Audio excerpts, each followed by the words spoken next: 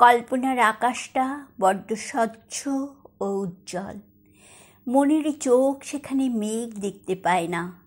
কল্পনার দুনিয়াটা খুব রঙিন লাগে। যে কোনো রঙে রাঙিয়ে তোলা যায় অতি সহজেই। ভাবনার জগতে সবই তো সুন্দর লাগে।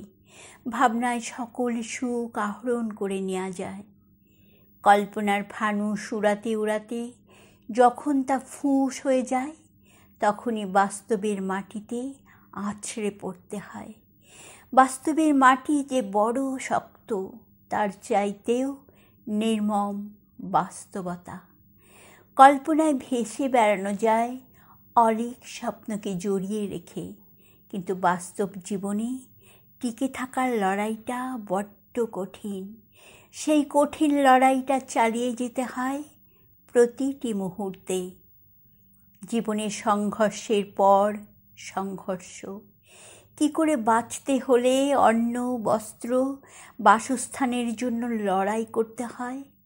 কি করে স্বপ্ন পূরণের পথে সকল প্রতিবন্ধকতা জয় করে এগিয়ে যাওয়া যায়। কি করে নিজেকে মানুষ হিসেবে সমাজে প্রতিষ্ঠিত করা যায়। এসব কিছু কখনোই সহজ পদ্ধতিতে হয়ে ওঠে না। তার জন্য লড়াইটা জারি রাখতেই হয়। পুঁথিগত বিদ্যায় বিষয়ভিত্তিক শিক্ষা গ্রহণ করা যায়, কিন্তু সেই শিক্ষা যতক্ষণ না বাস্তব জীবনে কাজে লাগানো যায়, ততক্ষণ তা শুধু ডিগ্রি হিসেবে কাগজের পাতায় রয়ে যায়। বাস্তবের সঙ্গে সংঘর্ষ করে মানুষ বেঁচে থাকার সব রকম কৌশল আপনা আপনি রপ্ত করে নিতে পারে নিজে থেকেই। তার জন্য আলাদা কোনো শিক্ষকের প্রয়োজন হয় না।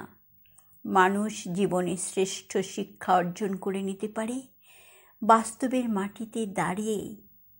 সব শিক্ষাই যদি স্কুল কলেজ থেকে অর্জন করা যেত, সব রকম শিক্ষা গ্রহণের জন্য যদি শিক্ষকের প্রয়োজন হতো, তবে এই দুনিয়ায় নিরক্ষর মানুষেরা বেঁচে থাকতে পারত না।